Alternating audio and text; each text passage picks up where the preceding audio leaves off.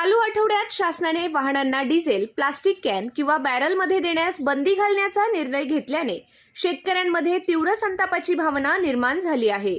या निर्णयाविरोधात रयत क्रांती संघटनेच्या वतीने बागलाणचे तहसीलदार कैलास चावडे यांना निवेदन देण्यात आले। संपूर्ण राज्यात सध्या शेती मशागतीची कामे जोरात सुरू आहेत।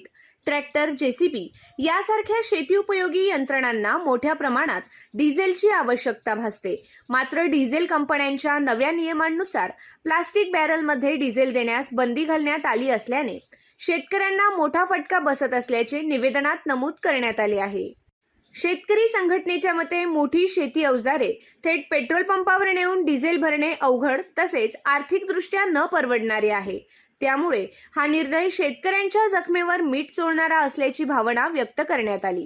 शेतकऱ्यांना पुन्हा प्लास्टिक बॅरलमध्येच डिझेल उपलब्ध करून द्यावे अशी मागणी करण्यात आली आहे।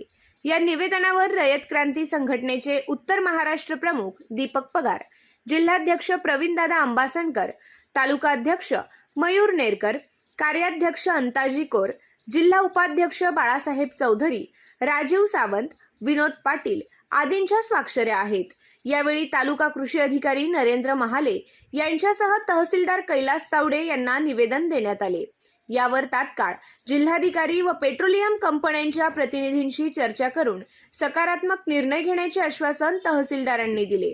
दरम्यान येत्या 2 दिवसात निर्णय न झाल्यास तहसील कार्यालयासमोर उपोषण करण्याचा इशारा शेतकरी संघटनेने दिला आहे।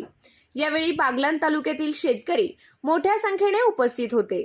मार्च व एप्रिल महिन्यात झालेल्या अवकाळी पावसामुळे झालेल्या नुकसानीचे पंचनामे पूर्ण झाले असून केवायसी प्रक्रिया देखील पूर्ण झाली आहे।